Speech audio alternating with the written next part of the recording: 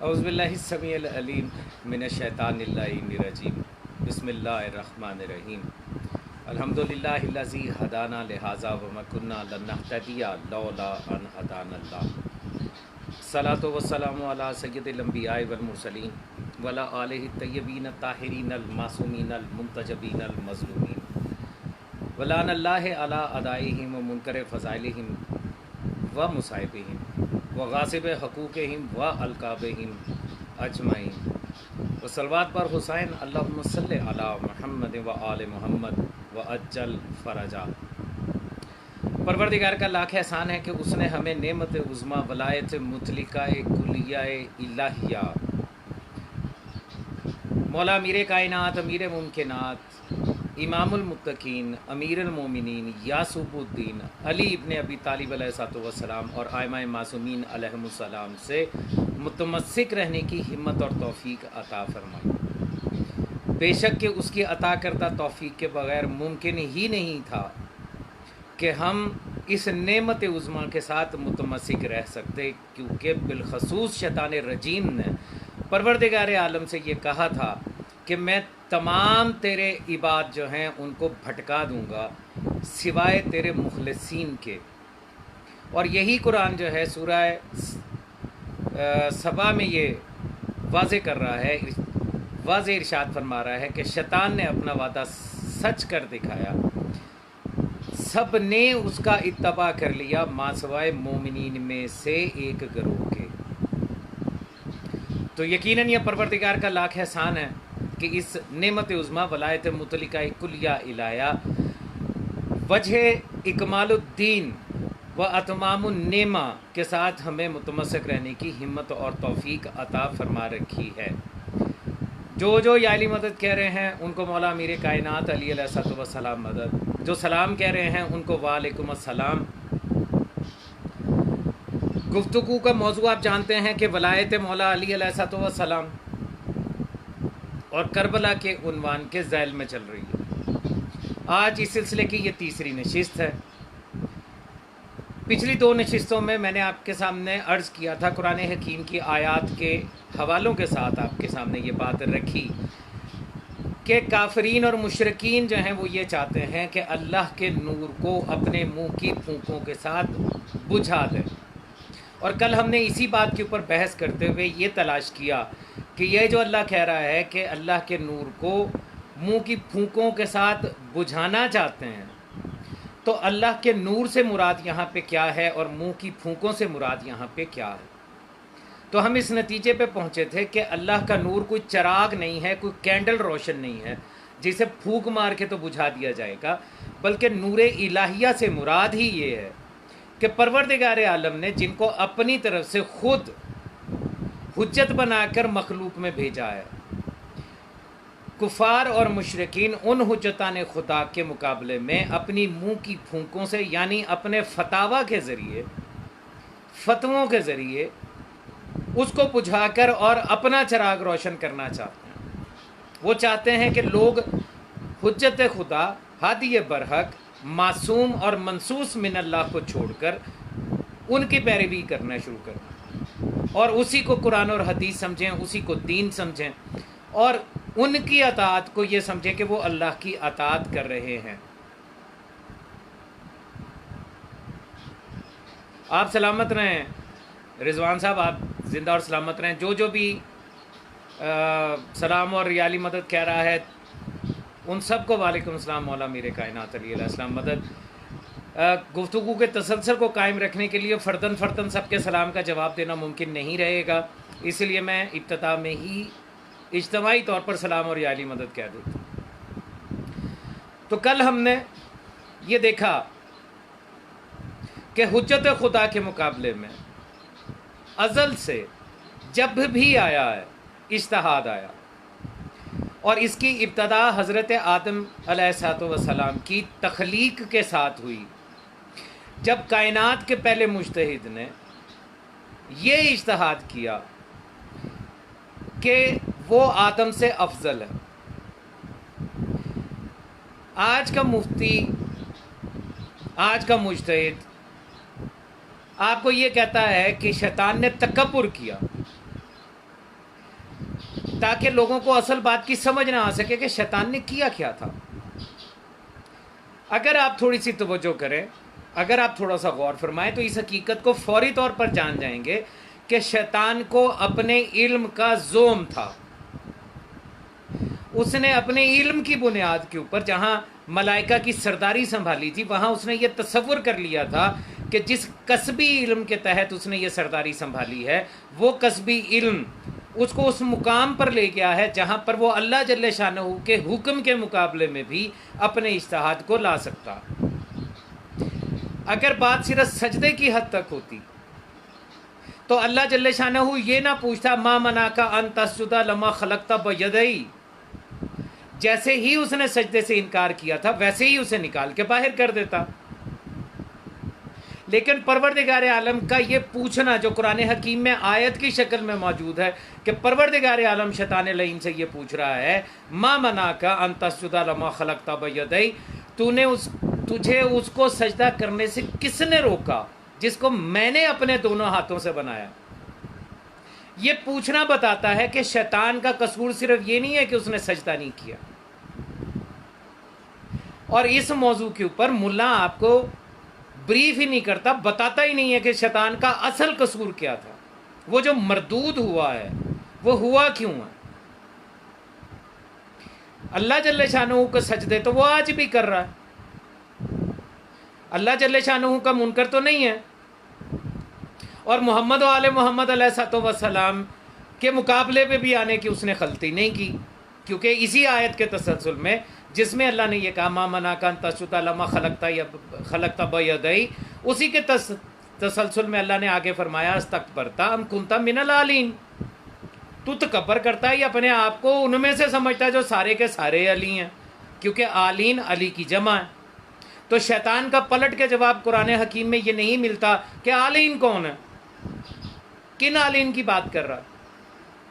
اس کا مطلب ہے کہ وہ جانتا تھا کہ یہ کون ہے جو سارے کے سارے علی ہیں، یہ وہی ہیں جن کو رسول پاک نے اس دنیا میں یہ کہہ کے متعارف کروایا اولنا محمد و آخرنا محمد و اوسطنا محمد و کلنا محمد۔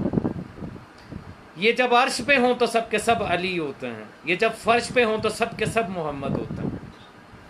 تو شیطان کا جو اصل قصور تھا، ابلیس کا جو اصل قصور تھا وہ یہ تھا کہ اس نے عدل الہیہ پر ضرب لگائی، اس نے انکار کر کے یہ کہا کہ میں آدم سے افضل ہوں۔ در حقیقت وہ اللہ کو یہ کہہ رہا تھا کہ تو افضل کو مفضول کے سامنے جھکا رہا ہے، یہ تیرا عدل نہیں ہے۔ اس نے عدل الہیہ پر حملہ کیا تھا اپنے اجتہاد کی بنیاد پر، اور اسی لیے اس کو رجیم کہہ کے نکال دیا گا، فَاخْرُجْ مِنْهُ إِنَّكَ رَجِيمٌ، نکل یہاں سے تو رجیم ہے۔ 6.5 لاکھ سال کی عبادت اس کے ہاتھ میں پکڑائی اور نکال دیا، سجدے گئے، نمازیں گئیں، تسبیحات گئیں، جو کچھ بھی کرتا رہا سب کا سب ضائع ہو گیا۔ 6.5 لاکھ سال، کہتے ہیں اس کا ایک سجدہ 10,000 سال کا طویل تھا۔ پتہ یہ چلا کہ عبادات سے خوشنودی پروردگار عالم حاصل نہیں ہے، تسبیحات، سجدے، عبادتیں صرف یہ کافی نہیں ہے، بلکہ عبادات کے ساتھ وہ تسلیم کرنا ضروری ہے جو اللہ جل شانہ کہے کہ مانو۔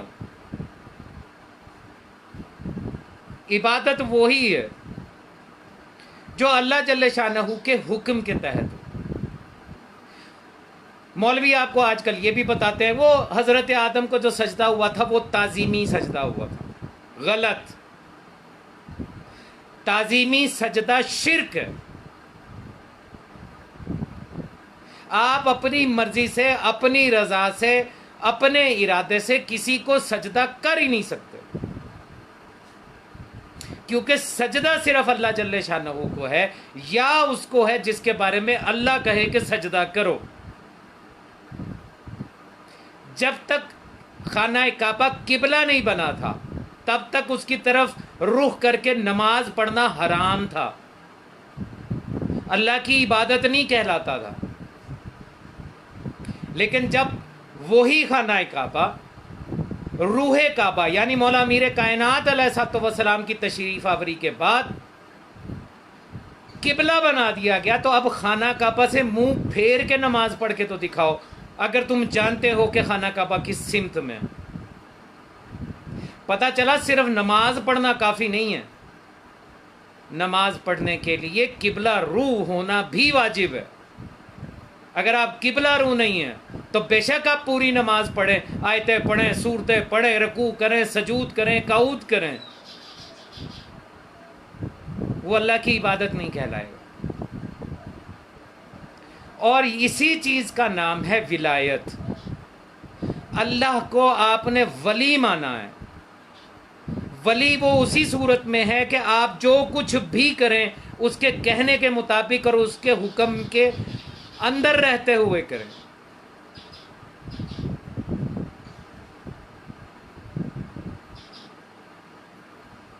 یہ ہے ولایت.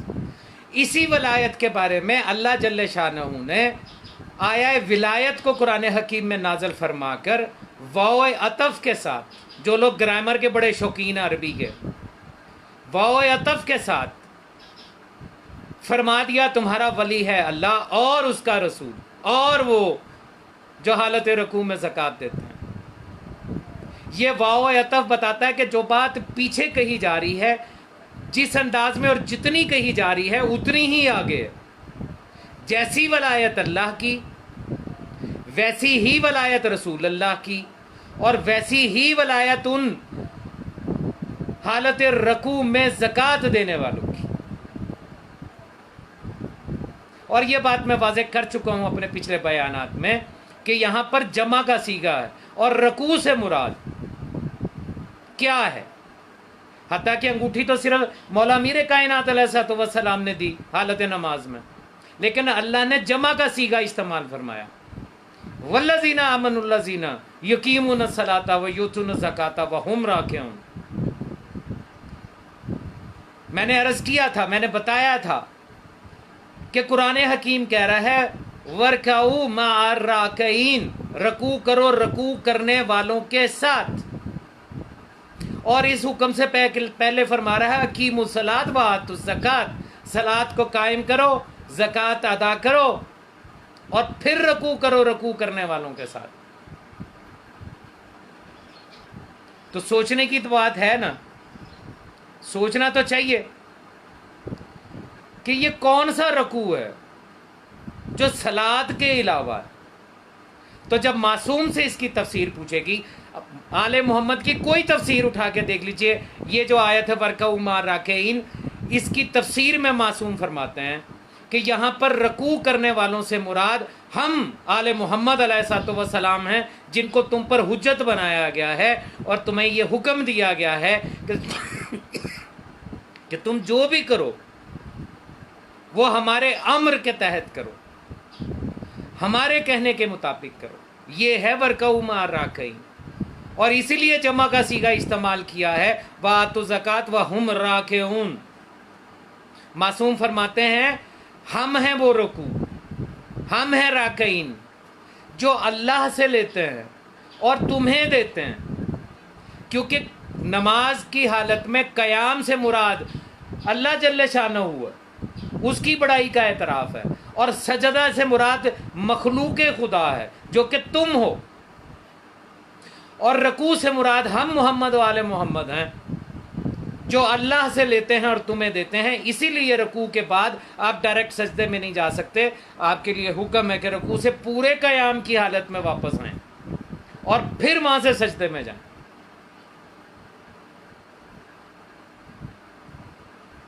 یہ ہے ولایت.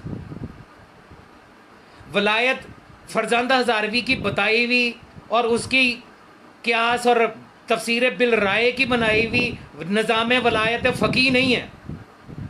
ولایت اطاعت مطلقہ ہے اللہ اور اس کے رسول اور ان صاحبان اولی الامر کی جو راکعین ہیں پروردگار کی بارگاہ میں، ان کی اطاعت. وہ جن کو اللہ یہ کہہ رہا ہے، جن کے بارے میں اللہ جل شانہ قرآن حکیم میں فرماتا ہے وَاعْتَصِمُوا بِحَبْلِ اللَّهِ جَمِيعًا وَلَا تَفَرَّقُوا، اللہ کی رسی کو مضبوطی سے تھام لو اور تفرقوں میں مت بٹو۔ کیا معصوم نے نہیں بتایا کہ حبل اللہ سے مراد کیا ہے؟ کیا انہوں نے یہ نہیں کہا کہ حبل اللہ سے مراد ہم محمد والے محمد ہیں؟ کیوں قرآن حکیم میں بار بار سبیل کا تذکرہ کیا جاتا؟ اللہ کی سبیل سے مراد کیا ہے؟ کون سا شیعہ ہے جو یہ نہیں جانتا کہ سبیل الہیہ سے مراد معصومین علیہ الصلوۃ والسلام ہے، وہ ہادیان برحق ہیں کہ جن کی امامت کا اقرار کرنا شیعان حیدر قرار اثنا عشریہ امامیہ کے ایمان کا ایقان کا بنیادی حصہ ہے۔ نہیں جانتے کہ سبیل کون ہے؟ کیوں کہہ رہا ہے اللہ جو کرو اللہ کی سبیل میں کرو، فی سبیل اللہ۔ جہاد کرو فی سبیل اللہ، یعنی جہاد اس وقت کرو جب میرا بنایا ہوا ولی الامر، میری حجت خدا،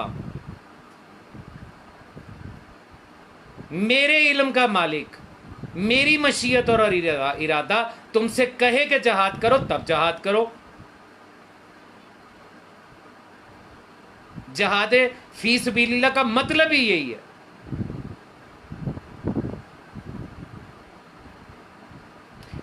اور جہاں جہاں پہ بھی قرآن حکیم میں سبیل اللہ آیا ہے اس سے مراد ہی یہی ہے کہ معصوم کے ساتھ چلو۔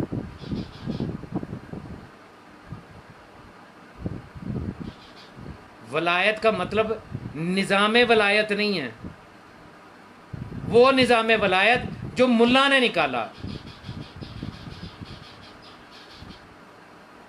نظام ولایت سے مراد مطلق اطاعت ہے اللہ کی، اس کے رسول کی اور صاحبان امر کی۔ بس جو وہ کہیں وہ کرو، بس جو وہ کہیں کہ نہ کرو وہ نہیں کرنا، کوئی قیاس نہیں، کوئی اجتہاد نہیں۔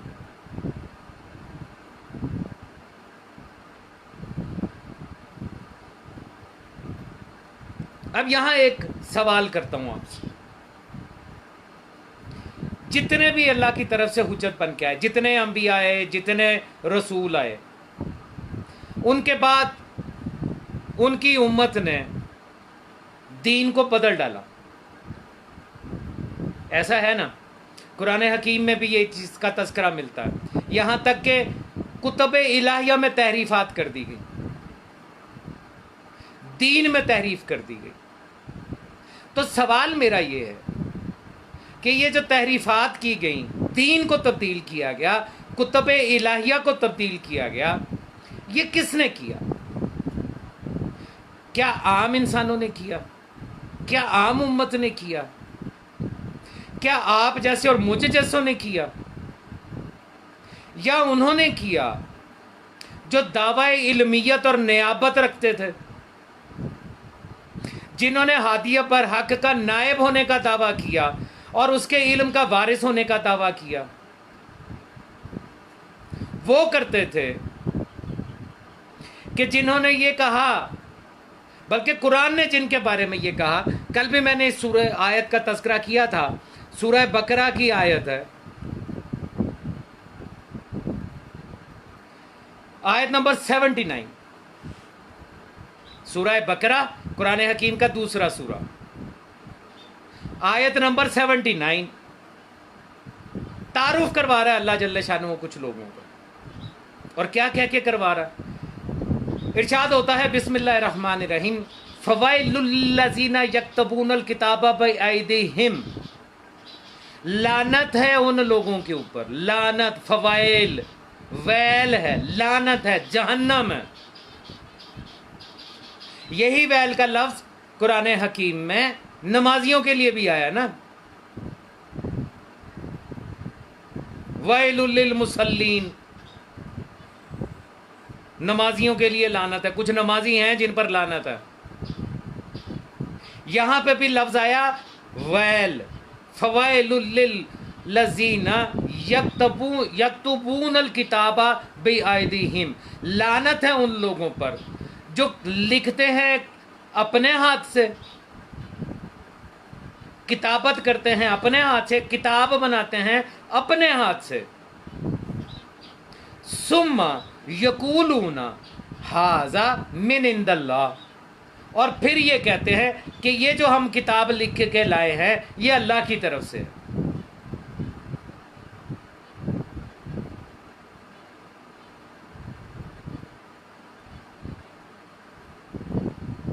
لعنت کر رہا ہے اللہ ان لوگوں کے اوپر جو اپنے ہاتھ سے کوئی کتاب لکھتے ہیں اور پھر لوگوں سے یہ کہتے ہیں کہ یہ تو اللہ کی طرف سے ہے۔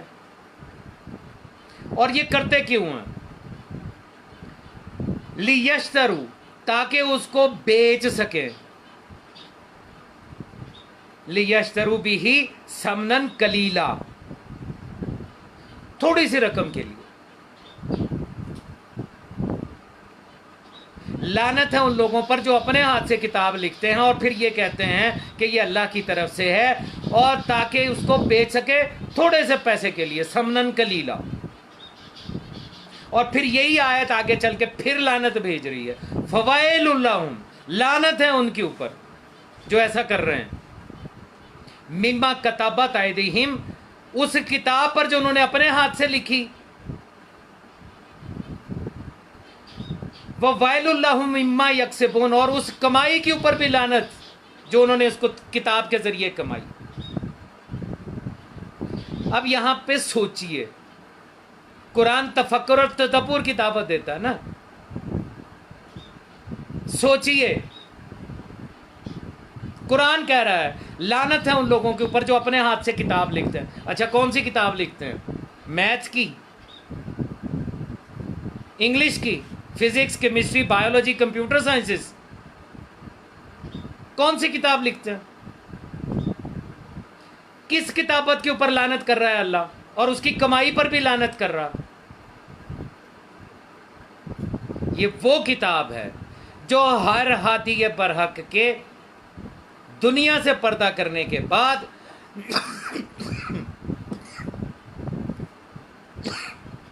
معافی چاہتا ہوں، اس کے خود ساختہ نائبین اور نام نہاد علماء لکھ کے اپنی امت کو دیتے رہے، یہ دیکھو جو ہم کہہ رہے ہیں یہ اللہ کی طرف سے ہے، کیونکہ ہم جانتے ہیں، تم تو جاہل ہو۔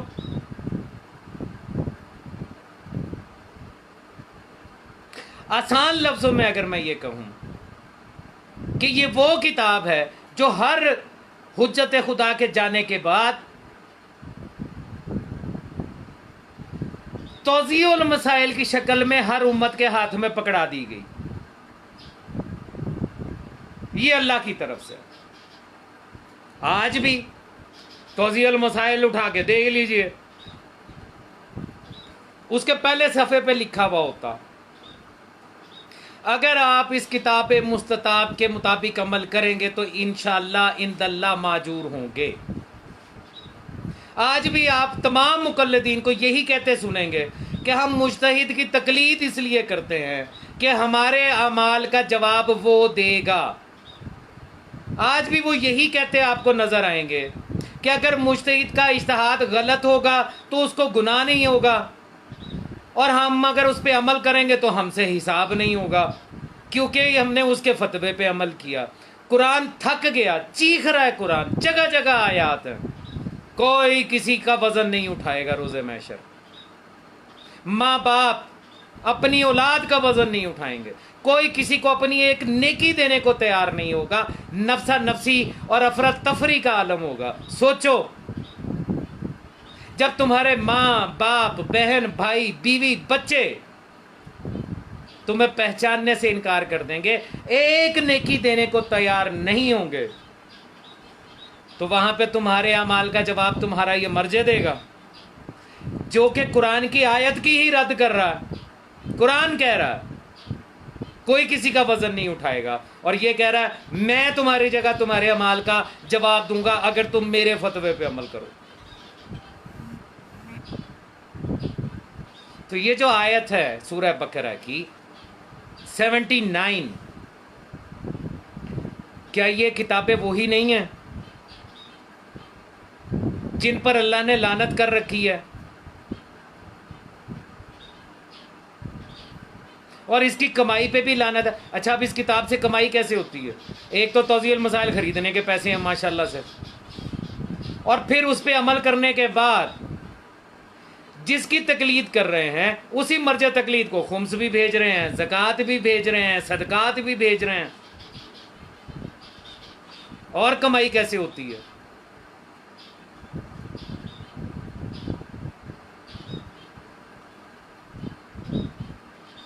آئیے قرآن حکیم سے آپ کو ان کا تعارف کرواتا ہوں۔ ولایت مولا امیر کائنات، ولایت محمد اور ولایت الہیہ ہے، تینوں ولایتوں میں کوئی فرق نہیں، اور یہ شیعان حیدر قرار اثنا عشریہ امامیہ کا 1400 سال سے مسلسل عقیدہ ہے۔ بالخصوص وہ جو سادات ہیں وہ تو یہ جانتے ہیں، ان کو معلوم ہو ان کے دادے اور پردادے نے کسی مفتی کے لیے لبیک کے نعرے نہیں مارے، کسی مجتہد اور مرجع کے لیے لبیک اور جانم فدائی کے نعرے نہیں لگائے، وہ تو اپنے زمانے کے امام کا منتظر ہی رہا۔ ہم جو سادات ہیں ہمیں تو نسل در نسل دین ملا، سینہ بسینہ ہم تک پہنچا۔ جو کنورٹڈ ہیں اگر وہ اس قسم کی بات کرتے ہیں تو ان کا حق بنتا ہے، ایک نسل پہلے، دو نسل پہلے جو شیعہ ہوئے ان کا تو حق بنتا ہے، وہ تو کہہ سکتے ہیں کہ ہم نہیں تھے جانتے، ایک نسل، دو نسل، تین نسل پہلے مسلمان ہوئے ہیں۔ لیکن وہ جو سادات ہیں، جو نسل در نسل شیعہ ہیں، جاؤ نا اپنے باپ اور دادے کی قبر کے اوپر، پردادے کی قبر کے اوپر، اور اس سے پوچھو کہ تو کس کا مقلد تھا، اس سے پوچھو کہ کس کے لیے لبیک کہہ کے نعرے لگایا کرتا تھا، اس وقت تیرا ولی الامر اور امام کون تھا، جاؤ پوچھو۔ ہم سے کہتے ہو کہ یہ نئی باتیں لے آئے، ہم نئی باتیں نہیں لائے، ہم تو آج بھی یہی کہہ رہے ہیں کہ امام زمانہ جو بقیت اللہ فی العالمین اجل اللہ تعالیٰ فرجہ شریف ہیں، ان کی ولایت پہ اکٹھے رہو، ان کی امامت کا جو ہے وہ اقرار کرو۔ میں تو 50,000 مرتبہ کہہ چکا، جنہوں نے آج اپنی ولایت فقیہ نکال دی ہے، اگر وہ ولایت علی کے لیے کام کرتے، ولایت امام زمانہ پر قائم رہتے، امامت امام زمانہ علیہ الصلوۃ والسلام کی طرف لوگوں کو دعوت دیتے، تو ان کا سب سے بڑا فالوور میں ہوتا، مجھے آج یہ پوسٹ مارٹم کرنے کی ضرورت ہی پیش نہ آتی۔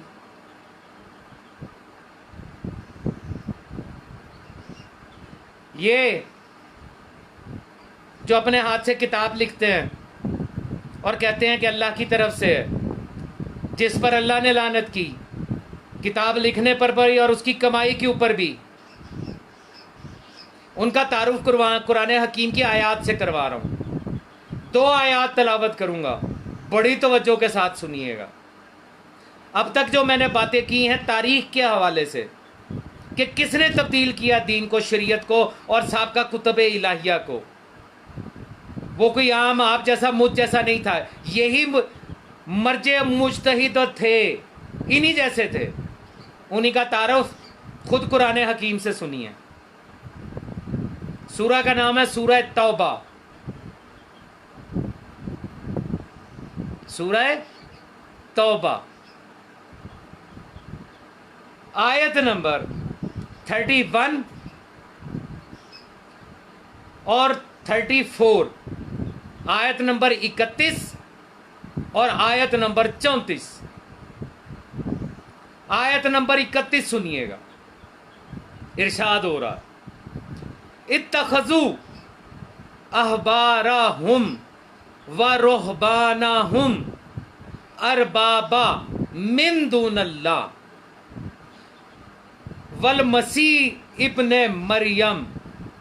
آیت آگے بھی چل رہی ہے، لیکن جتنا ٹکڑا میں نے تلاوت کیا اس کو سمجھیے، اس کا ترجمہ سنیے. کیا پروردگار عالم کہہ رہا ہے اتخذو، اور بنا لیے انہوں نے. نصارہ کے بارے میں بات ہو رہی ہے. بنا لیے انہوں نے، اخذ کر لیے انہوں نے، خود سے بنا لیے انہوں نے. کیا بنا لیے؟ احبارہم، اپنے نام نہاد علماء کو، و رہبانہم، اور اپنے صوفیوں کو، اربابا، اپنا رب، من دون اللہ، اللہ کے علاوہ.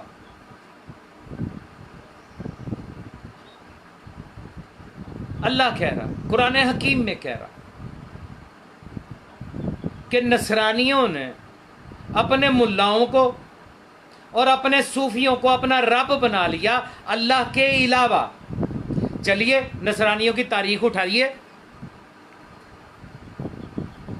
دکھائیے مجھے کہ جہاں پہ انہوں نے اللہ کو چھوڑ کر اپنے ان نام نہاد ملاؤں اور صوفیوں کے نمازیں پڑھنی شروع کی، ان کے قصیدے پڑھے، ان کے سجدے شروع کیے، ان کے رکوع کیے، ان کے نام کی تسبیحات کی.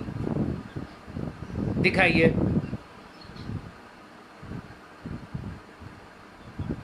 یہ جو اللہ کہہ رہا ہے کہ انہوں نے اپنے ملاؤں کو اور صوفیوں کو اپنا رب بنا لیا اللہ کے علاوہ،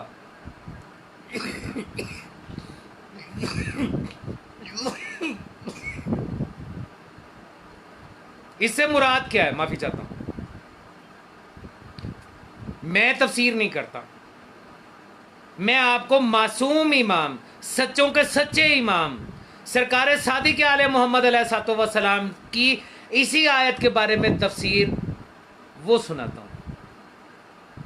امام حق سے سنیے، حجت خدا سے سنیے کہ وہ اس آیت کی تفسیر کیا کر رہے ہیں. کتاب کا نام اصول کافی، اردو ترجمہ اویلیبل ہے. اس کی پہلی جلد اصول کافی، جلد نمبر 1، کتاب عقل و جہل، باب کا نام ہے تقلید. کیا کمال کا باب ہے نا، باب کا نام ہی تقلید ہے. اس کی پہلی اور آخری 2 جگہ پر اسی آیت کے تسلسل میں 2 حدیثیں موجود ہیں. ارشاد ہوتا ہے، معصوم سے سوال کیا گیا، سچوں کے سچے امام صادق علیہ محمد علیہ السلام سے سوال کیا گیا کہ یہ جو اللہ قرآن میں کہہ رہا ہے نصارہ کے بارے میں، اتخذوا احبارہم و رہبانہم اربابا من دون اللہ، اس سے مراد کیا؟ تو سرکار صادق علیہ محمد فرماتے ہیں کہ نصارہ نے اپنے ملاؤں یعنی علماء اور درویشوں کے، صوفیوں کے رکوع اور سجود نہیں کیے تھے، بلکہ ہوا یوں کہ ان ملاؤں نے اور ان صوفیوں نے اللہ کے حلال کو حرام اور اللہ کے حرام کو حلال کر دیا. کیسے کیا؟ فتووں کے ذریعے کیا نا. نیا بائبل تو لکھ کے لے کے نہیں تھے آئے، فتوی ہی دیے نا. صادق علیہ محمد فرما رہے ہیں کہ انہوں نے اللہ کے حلال کو حرام اور حرام کو حلال کر لیا، اور لوگوں نے ان کی تقلید کی، اس طرح انہوں نے ان کی عبادت کی. یہ تفسیر میری نہیں ہے، یہ سرکار صادق علیہ محمد علیہ السلام کی تفسیر ہے. وہ فرما رہے ہیں، انہوں نے کہا کہ اپنے ملاؤں اور اپنے صوفیوں کے فتووں پر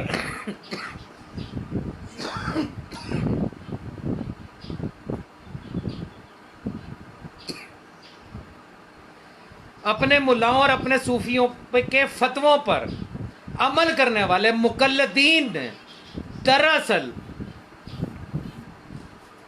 ان کی عبادت کی، ان کو اپنا رب تسلیم کیا۔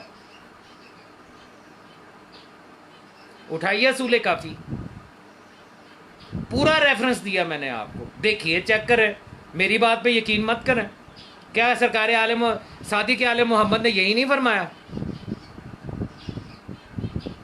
سورہ توبہ آیت نمبر 31، اتخذوا احبارہم و رہبانہم اربابا من دون اللہ۔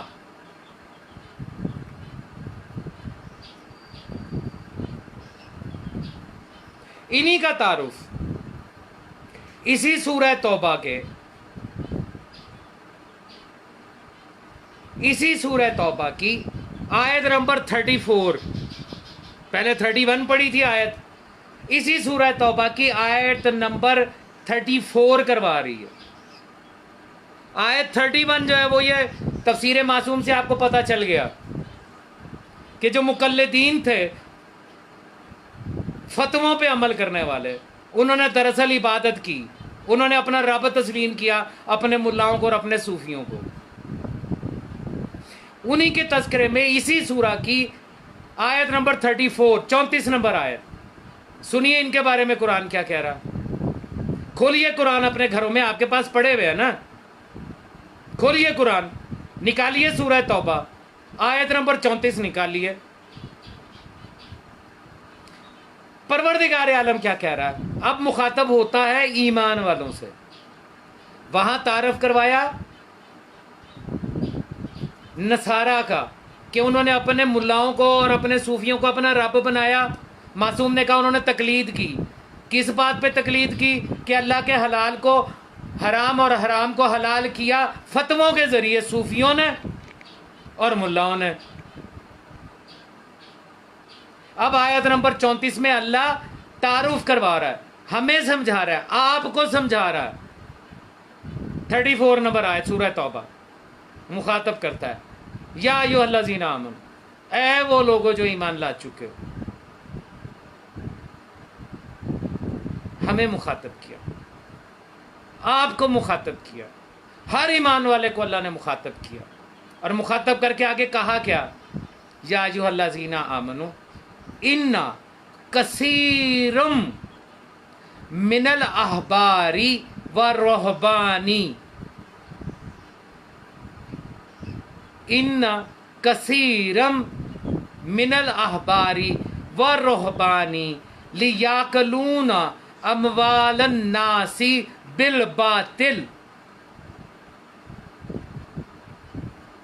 اے ایمان والو، یاد رکھو ملاؤں کا اور صوفیوں کی اکثریت، کثیرم من الاحباری والرہبانی، ملاؤں کی اور صوفیوں کی اکثریت کر کیا رہی ہے؟ کیا کرتی ہے؟ اللہ کہہ رہا ہے قرآن حکیم میں، پروردگار فرما رہا ہے، کثیر من الاحباری والرہبانی لیاکلون اموال الناس بالباطل ویصدون عن سبیل اللہ۔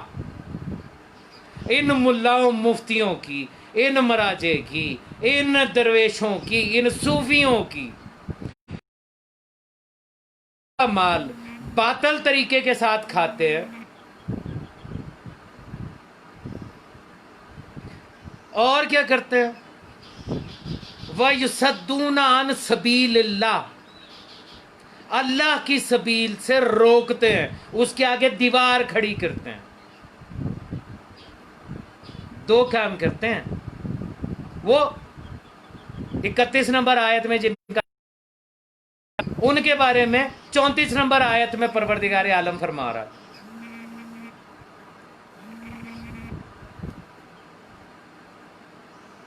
یہ وہ ہیں جن کی اکثریت انسانوں کا مال بھی کھاتی ہے اور اللہ کی سبیل سے بھی روکتی ہے۔ اور میں آپ سے عرض کر چکا، معصوم کے لاتعداد فرمان موجود ہیں کہ سبیل اللہ سے مراد ہم محمد و آل محمد اور ہماری ولایت ہے۔ ہے کوئی اس بات کا انکار کرنے والا جو اپنے آپ کو شیعہ بھی کہتا ہو اور انکار بھی کرتا ہو؟ ہے کوئی ہے مائی کا لال جو یہ کہے کہ میں ہاں شیعہ اثنا عشریہ امامیہ ہوں، لیکن سبیل اللہ سے مراد ولایت ائمہ معصومین علیہ السلام نہیں ہے؟ تو جب مانتے ہو کہ یہ جن کو کہا جا رہا ہے کہ یہ انسانوں کا مال کھاتے ہیں حرام اور اللہ کی سبیل سے روکتے ہیں، تو اس سے مراد یہی ہوا نا، خمس زکوٰۃ تمہارا کھائیں گے اور ولایت امیر کائنات اور معصومین سے روکیں گے، ان کے متبادل میں اپنی ولایتیں لے آئیں گے۔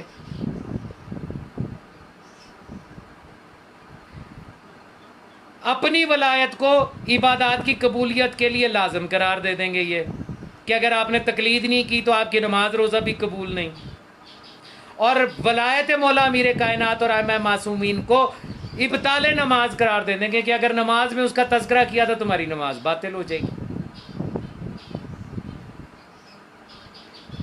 یہ تعارف میں نے نہیں کروایا، یہ تعارف قرآن حکیم کروا رہا۔ قرآن کہہ رہا ہے یا ایھا الذین آمنوا، اے ایمان والو، ان کثیرم کثرت ان کی ایسی ہے، کثیرم من الاحباری والرہبانی لیاکلون اموال الناس۔ وہ لیڈر ہی اس لیے بنے ہیں، وہ رہبر ہی اس لیے بنے ہیں کہ انسانوں کا مال کھا سکیں، اور وہ یصدون عن سبیل اللہ، اور اللہ کی سبیل سے تمہیں روکنا چاہتا ہے۔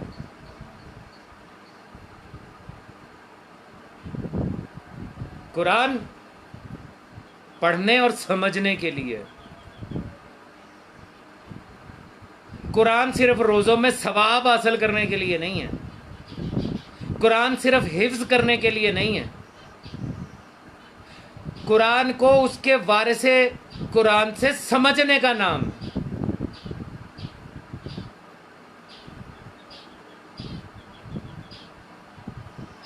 یہ ہے تعارف۔ 3 مسلسل آیات، سورہ بقرہ کی آیت نمبر 79، سورہ توبہ کی آیت نمبر 31 اور سورہ توبہ کی آیت نمبر 34، ان تینوں کو اکٹھا کر لیں، خود بیٹھ کے سوچ لیں، نہ مانے میری، یا میں نے جو کچھ کہا ہے اس کی رد لے کے آئے قرآن اور تفسیر معصوم سے، حدیث معصوم سے، کہ میں نے جو کہا یہ غلط کہا ہے، اور اگر صحیح کہا ہے تو انتھی تقلید سے نکلیں، ولایت الہیہ پر رہیں۔ یہی تو ہوا تھا سن 61 ہجری میں، جو مولا حسین علیہ السلام مدینے سے یہ کہتے ہوئے نکلے کہ میں اپنے نانا کی امت اور اپنے بابا کے شیعوں کی اصلاح کے لیے نکلا ہوں۔ یہی تو اصلاح کرنی تھی، یہی تو بتانا تھا کہ جن کو اللہ نے تم پر حجت بنایا ہے، جن کو اللہ نے اپنی طرف سے تم پر ہادی اور اپنا علم لدنی عطا کر کے، جس کو مخلوق میں اپنی زبان، اپنا چہرہ، اپنا ہاتھ، اپنی آنکھ، اپنا کان قرار دیا ہے،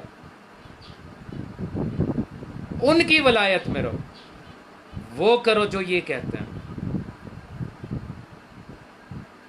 نہ کہ وہ کرو جن کا تعارف سورہ بقرہ کی آیت نمبر 79، سورہ توبہ کی آیت نمبر 31 اور سورہ توبہ کی آیت نمبر 34 کر رہی ہے، نہ کہ ان کی بات پہ چلو، اور وہ کرو جو اصول کافی کی جلد نمبر 1، کتاب عقل و جہل، باب تقلید، حدیث نمبر 1 اور اسی باب کی آخری حدیث بتا رہی۔ کربلا یہی سمجھانے کے لیے آئی، نمازیں روزے کسی نے بند نہیں کیے تھے، حج معطل نہیں ہوا تھا. عمر سعد لعین نے یہ کہا تھا جلدی کرو حسین کو قتل کرو، نماز کا وقت نکلا جا رہا. حسین نے نماز بچانے کے لیے قربانی نہیں دی.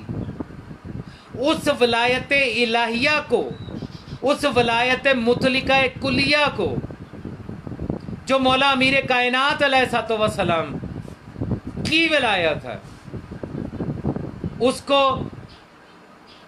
بچانے کے لیے، جو دنیا بھول چکی تھی اس کو یاد دلانے کے لیے حسین ابن علی نے مدینہ چھوڑا.